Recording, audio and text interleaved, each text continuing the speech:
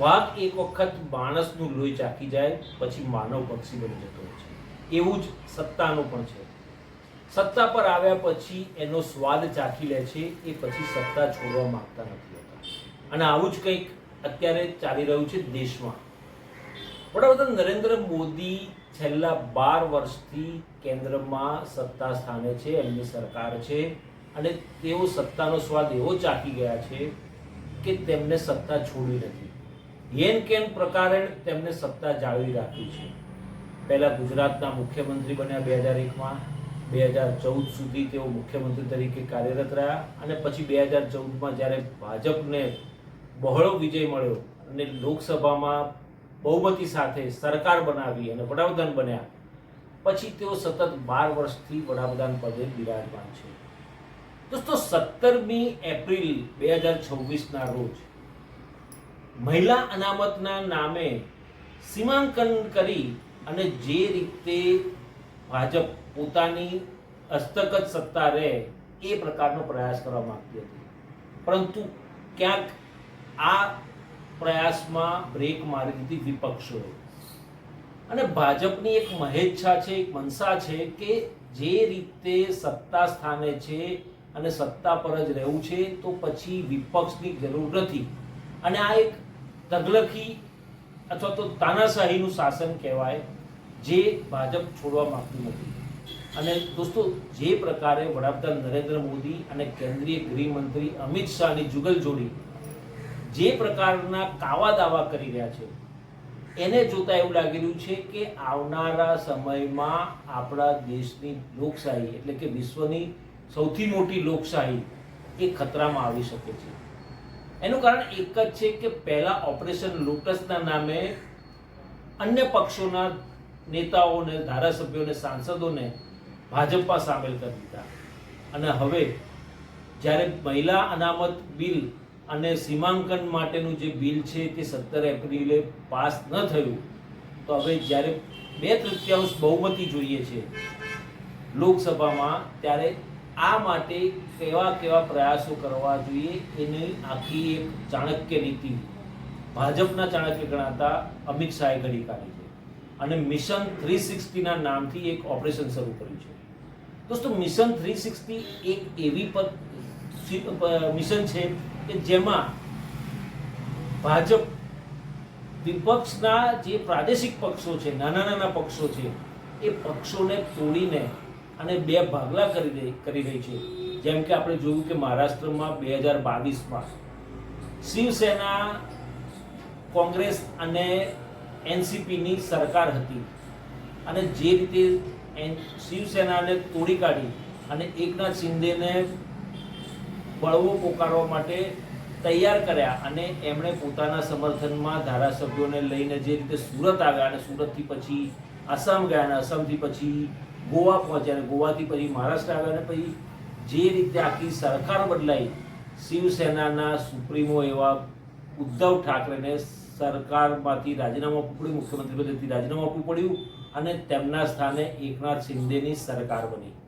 એકનાથ શિંદેના નેતૃત્વમાં એનસીપીના પણ બે ભાગલા કરાવી દીધા આ જુગલ જોડીએ.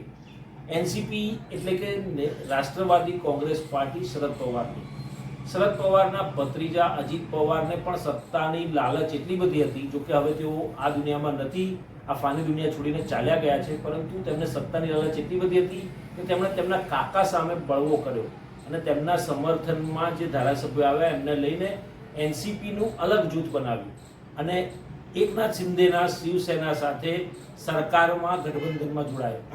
ભાજપે પણ તેમને સમર્થન આપ્યું, અને શિવસેનાની એકનાથ શિંદેની સરકાર બની. આટલું ઓછું એમ ચૂંટણી પંચે પણ આમાં એક અહેમ ભૂમિકા નિભાવી. ચૂંટણી પંચે શિવસેનાનું જે મુખ્ય ચિહ્ન હતું એ ચિહ્ન અને શિવસેનાનું નામ એ એકનાથ શિંદેને આપી દીધું, અને એવું એનસીપીમાં પણ કર્યું. અને જે રીતે એનસીપી અને શિવસેનામાં બે ભાગ કરી દીધા, એવી રીતે હમણાં થોડા સમય પહેલાં જ ટીએમસી પશ્ચિમ બંગાળમાં વિધાનસભાની ચૂંટણી થઈ. વિધાનસભાની ચૂંટણીમાં મમતા બેનર્જીની તૃણમૂલ કોંગ્રેસને જે રીતે પછડાટ મળ્યો અને ભાજપ પહેલી વખત પશ્ચિમ બંગાળમાં સત્તા પર આવી, એટલે ત્યાં આગળ ઓપરેશન લોટસ ચાલુ કર્યું અને જે રીતે ધારાસભ્યોને ભડકાવ્યા અથવા ધારાસભ્યોને લાલચ આપી અથવા ધારાસભ્યોને સામ દામ દંડ ભેદની નીતિમાં ફસાવીને જે રીતે બળવો કરવા મજબૂર કર્યા, ટીએમસીમાં પણ 2 ભાગલા પડી ગયા અને ટીએમસીના ધારાસભ્યો જે વિપક્ષના ધારાસભ્ય તરીકે જેનું નામ જાહેર કરવાનું હતું એના સ્થાને બીજાને સમર્થન આપતા ધારાસભ્યોએ પત્ર આપી દીધો અને જે રીતે આખું ત્યાં આગળ સરકારમાં અથવા તો વિપક્ષમાં જે ભૂમિકા નિભાવવાની હોય તૃણમૂલ કોંગ્રેસની, મમતા બેનર્જીની, એની જગ્યાએ બીજું તૃણમૂલ કોંગ્રેસ ઊભું થયું. આટલું ઓછું હોય એમ જે રીતે તૃણમૂલ કોંગ્રેસના 20 સાંસદો છે અને 20માંથી મોટાભાગના સાંસદો ટીએમસી છોડીને જે રીતે એક નાનકડી અમસ્તી પાર્ટીમાં સામેલ થઈ ગયા અને આખો ને આખો મામલો અને એ લોકોએ એનડીએને ટેકો પણ આપી દીધો. આ જે પ્રકારે આખું ઓપરેશન કરવામાં આવ્યું એ મિશન 360 નો એક ભાગ હતો. આવું જ ફરી એક ઓપરેશન કર્યું મહારાષ્ટ્રમાં શિવસેના ઉદ્ધવ ઠાકરેના જૂથના 6 સાંસદોને તોડીને તેમણે શિવસેના એકનાથ શિંદેમાં સામેલ કરાવી દીધા અને જે રીતે 2/3 જે સાંસદોની સંખ્યાબળ છે લોકસભામાં એના અમુક પર્સન્ટેજ જોઈએ, એ પર્સન્ટેજ સાથેના સાંસદો એકનાથ શિંદેમાં જોડાઈ ગયા અને બળવો પોકારીને એકનાથ શિંદે જૂથમાં જોડાઈ ગયા. તો આ રીતે મિશન 360 કરવાનો પ્લાન છે ને હવે ભાજપની નજર ડીએમકે ઉપર છે. જે તાજેતરમાં જ તમિલનાડુમાં જે ચૂંટણી યોજાઈ એમાં ડીએમકેનો પરાજય થયો, ડીએમકે સત્તા સ્થાનેથી દૂર થઈ.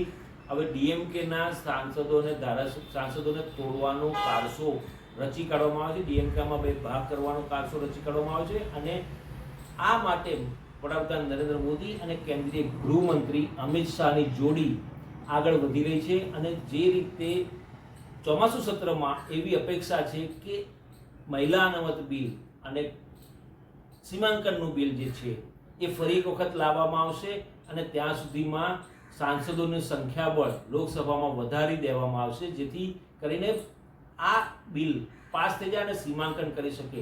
ભૂતકાળમાં જ્યારે ગુજરાતમાં મુખ્યમંત્રી તરીકે નરેન્દ્ર મોદી હતા ત્યારે ગુજરાતમાં પણ ડિલિમિટેશન કરી અને જે પ્રકારે કોંગ્રેસના વર્ચસ્વવાળી જે લોકસભાની બેઠકો હતી એ બેઠકોમાં જે ભાગ પડ્યા ડિલિમિટેશન કરવાથી જે રીતના વોટ તૂટ્યા અને જે રીતે અલગ અલગ થઈ ગયું બધું, એને કારણે કોંગ્રેસને પરાજયનો સ્વાદ સતત ચાખવો પડી રહ્યો છે. એ વિધાનસભાની ચૂંટણી હોય કે લોકસભાની ચૂંટણી.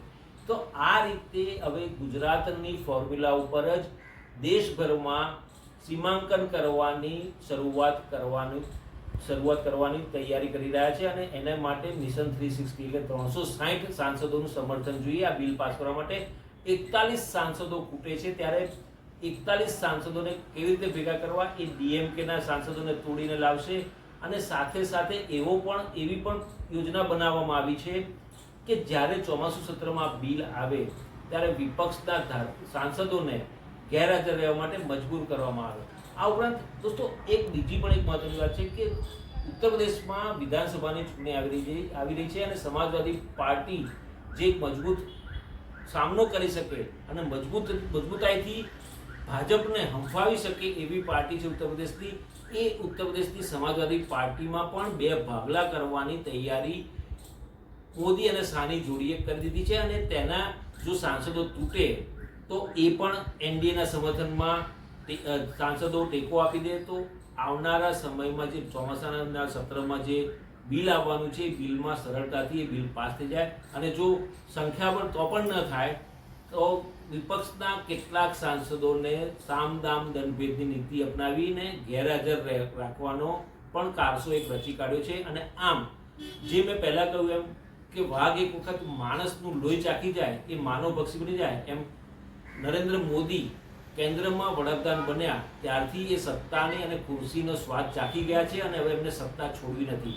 અને જે રીતે આગળ વધી રહ્યા છે તો આવનારા સમયમાં આ દેશની લોકશાહી ચોક્કસપણે ખતરામાં મુકાઈ જશે. કારણ કે લોકશાહીનો પહેલો સિદ્ધાંત છે કે જે પ્રકારે લોકશાહી છે તો લોકશાહીમાં વિપક્ષ હોવું જરૂરી છે અને વિપક્ષ એ પ્રજાનો અવાજ ઉપાડે અને સરકારને સવાલ પૂછે.